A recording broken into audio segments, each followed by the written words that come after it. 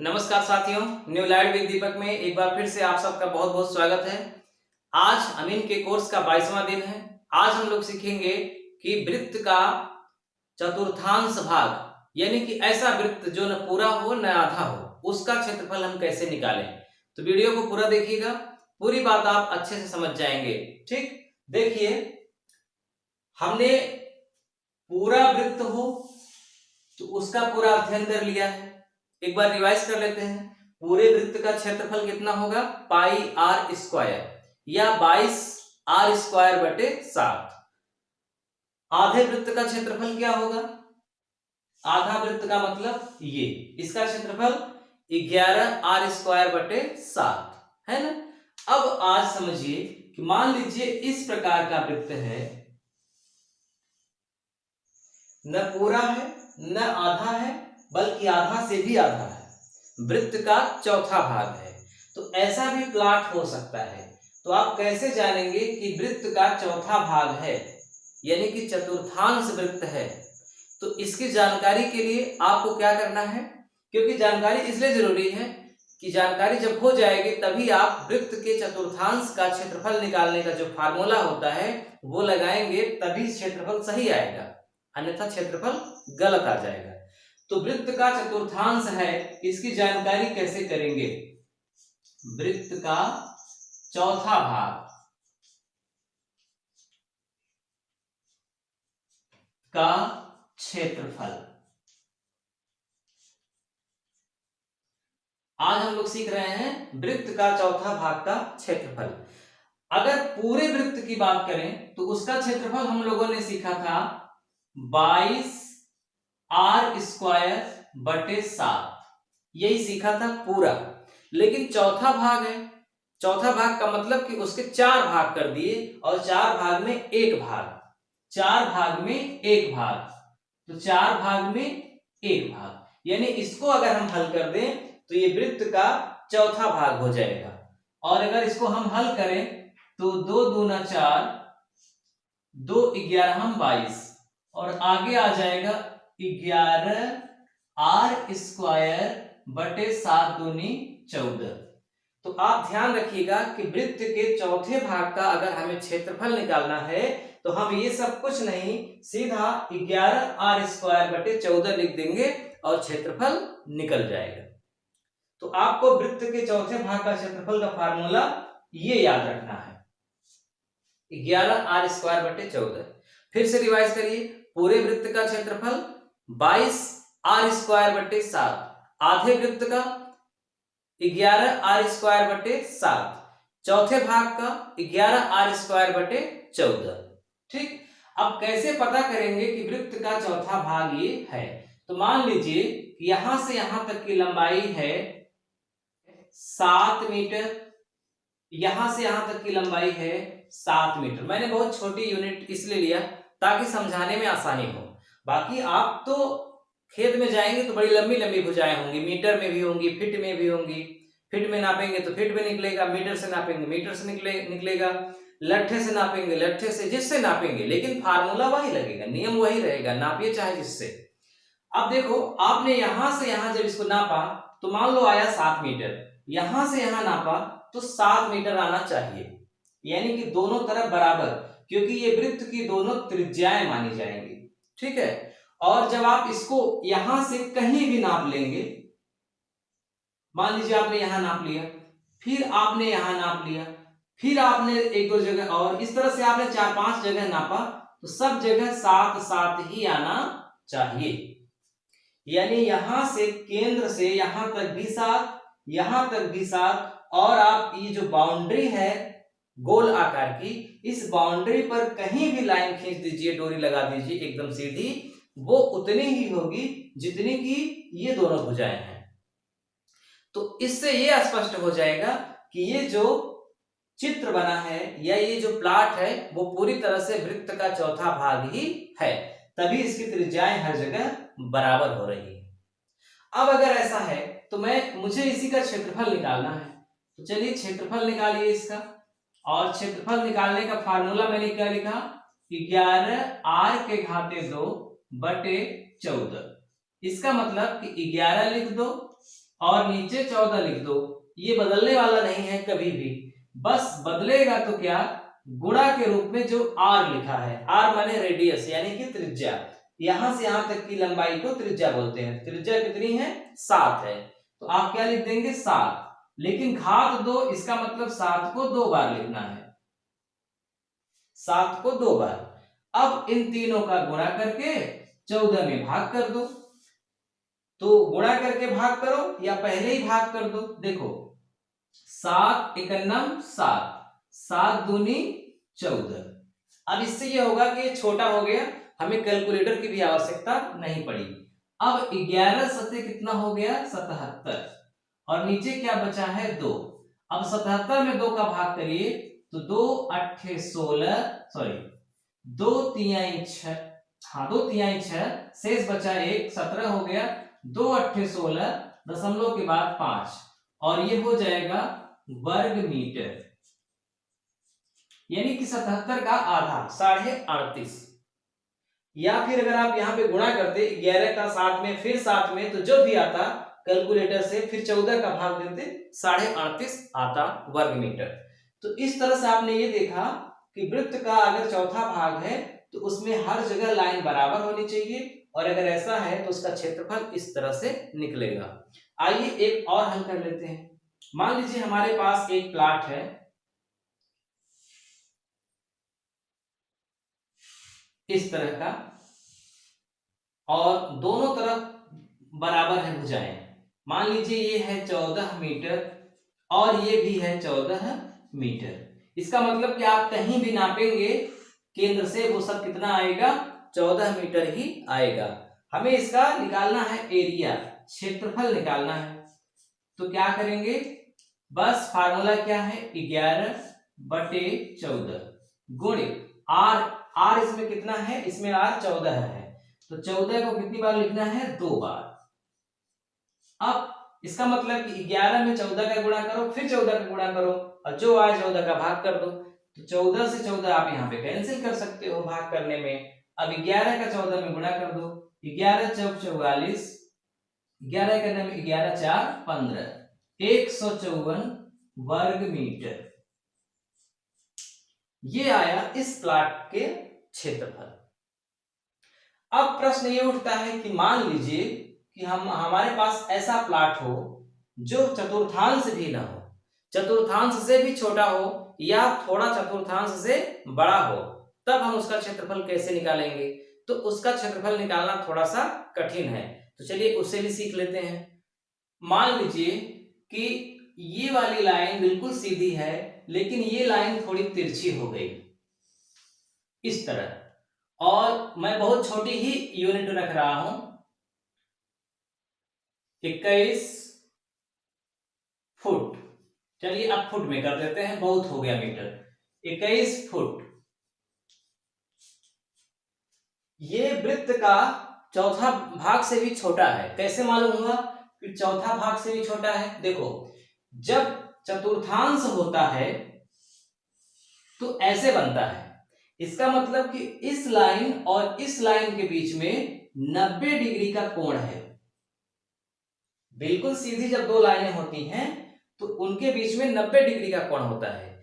तो ये लाइन जब तिरछी हो जाएगी तो ये कोण 90 से कम हो जाएगा, है ना।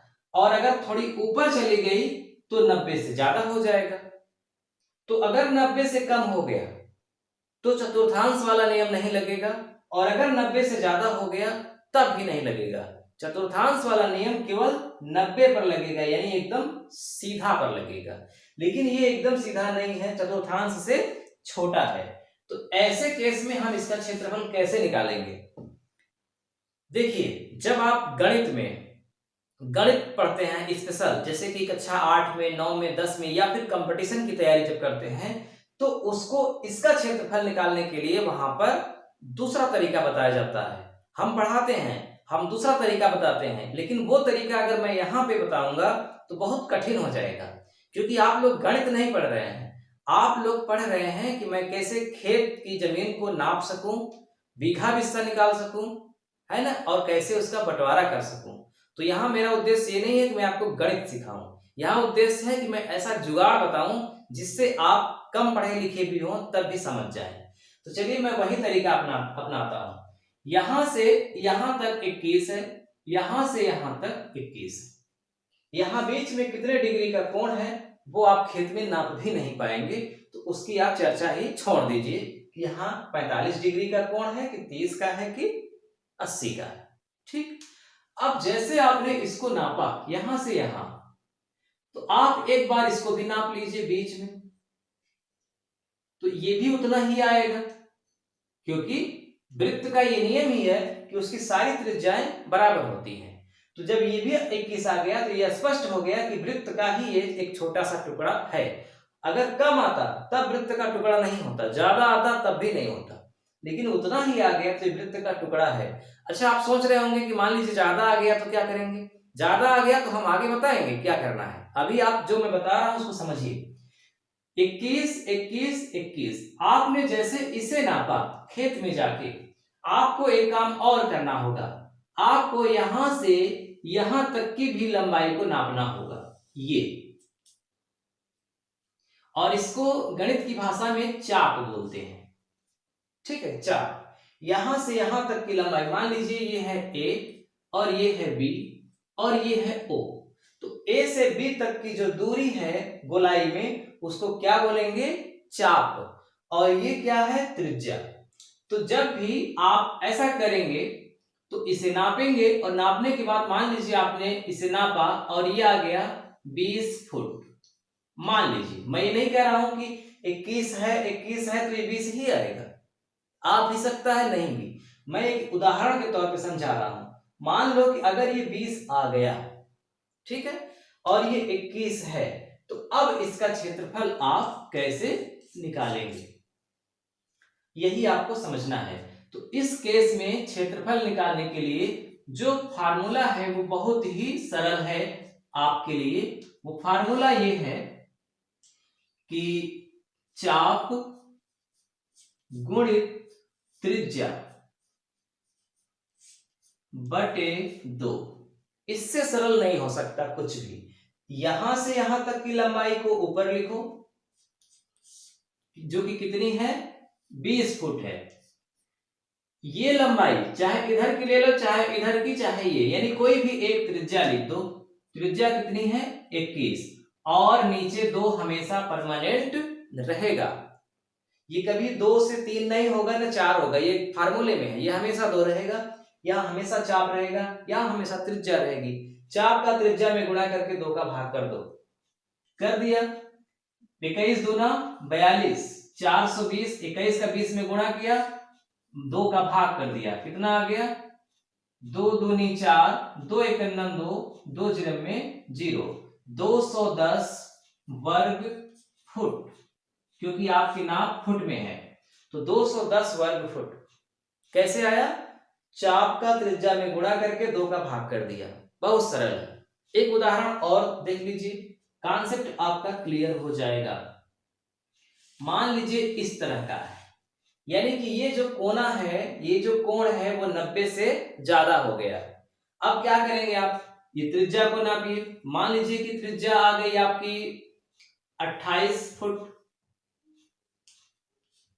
तो इधर भी 28 फुट आएगा, और फिर आपने इसको चाप को भी नापा, तो मान लीजिए ये आ गया आपका 30 फुट।